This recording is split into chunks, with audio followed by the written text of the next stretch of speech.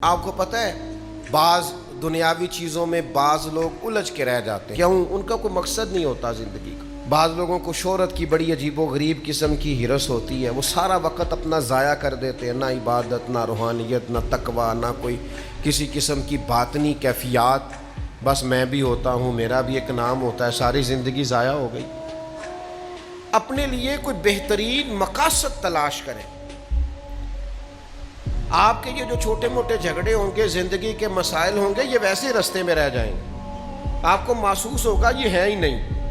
لوگ جدوجہد کرتے تھے، صحابہ چلتے تھے، میلوں کا سفر، مہینوں کا سفر ہوتا تھا، پیروں میں چھالے پڑ کر ٹوٹ جاتے تھے اور زخم بن کر ٹھیک ہو جاتے تھے، پر ان کا سفر جاری رہتا تھا۔ بڑے زخم لگے، بڑے زخم ٹھیک ہوئے، پر وہ سفر جاری ہے۔ اپنے مقاصد کا تعین کریں۔ ایسا نہیں ہوتا کہ سارے راستے ہموار ہی ہوں، پہاڑی راستہ بھی ملتا ہے۔ ایسا نہیں ہوتا کہ سب رستوں کے اندر سڑکیں ٹھیک ہی بنی ہوں، ٹوٹے رستوں سے بھی گزرنا پڑتا ہے۔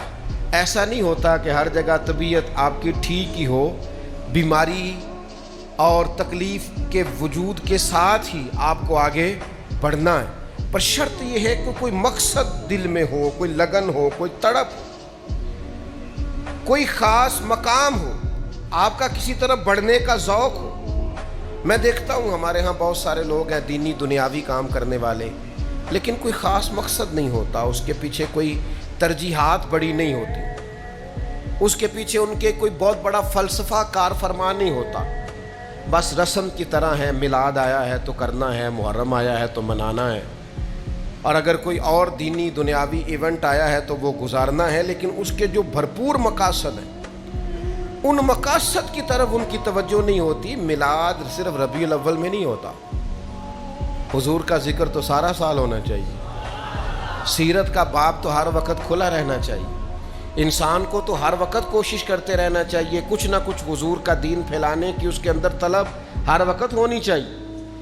امام حسین کا پیغام صرف 1 سے 10 محرم تک نہیں ہے، یہ آج جو کچھ پوری دنیا میں ہو رہا ہے اور جو جس طرح اسرائیل دندناتا پھر رہا ہے، یہ ساری یزیدی سوچے ہی تو ہے، اور اس کے مقابلے میں آگے بڑھ کے اگر کوئی لڑ سکتی ہے تو فکر امام حسین ہے۔ جو کچھ آج پوری دنیا میں ہو رہا ہے، اگر ہم نے اپنے بچوں کو صحابہ کی وہ جدوجہد سکھائی ہوتی، امام حسین کا فلسفہ بتایا ہوتا، تو کبھی بھی ہمیں کسی اور ڈیبیٹ کی ضرورت نہ رہتی۔ یہ خود بخود بتاتے ہیں کہ اصل حق کیا ہے، اصل میں آگے بڑھنا کس طرح سے ہے، لیکن ہم نے سمجھا ہے کہ 4-5 دیگوں سے امام حسین کا ذکر مکمل ہو جاتا ہے، ایسا نہیں ہے۔ تو ایک مقصد حیات، پھر اس مقصد کے تحت ضروری نہیں کامیابی بھی ملے، یہ بھی ضروری نہیں کہ آپ جیت کے ہی سوئیں۔ ہر آدمی کا جیتنا ضروری نہیں ہوتا، لڑنا ضروری ہوتا ہے۔ 14 صحابہ بدر میں شہید ہو گئے تھے، انہوں نے تو مکہ فتح ہوتے نہیں دیکھا، لیکن فتح مکہ میں سب سے زیادہ کردار ان 14 لوگوں کا ہے جو بدر میں شہید ہوئے۔ وہ کامیابی کی پہلی سیڑھی بنے تھے۔ جو 70 صحابہ احد میں شہید ہو گئے تھے، انہوں نے مکہ فتح ہوتے نہیں دیکھا میرے دوستو، انہوں نے وہ بلندیاں، وہ عروج، وہ بڑے بڑے مال غنیمت کے ڈھیر انہوں نے نہیں دیکھے۔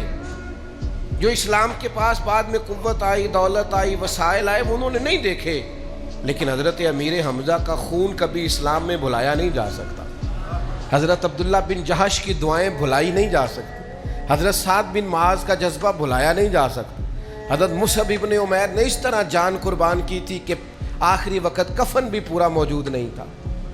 تو کیا بھلائے گی تاریخ ان لوگوں کو؟ اسلام کا جھنڈا پورے طور پر پوری دنیا میں اس طرح سے لہراتا بظاہر نہیں دیکھا، لیکن ان کی قربانیاں بھلائی جا سکتی؟ تو کوئی مقصد تو بنائے۔